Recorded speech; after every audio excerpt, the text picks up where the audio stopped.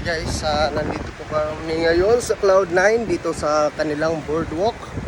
At Pwede na yun dito. Capture na oh.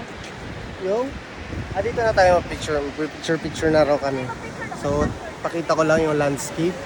So yan, may mga nagsisurfing na mga part sa mga ibang parts.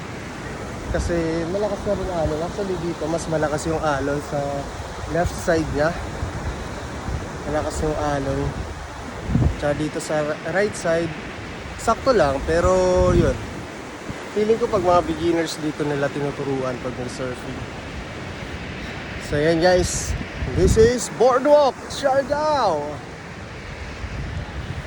Ano mga kasama ko? Nice! Tapos may magsa-surfing na. Oh, yan.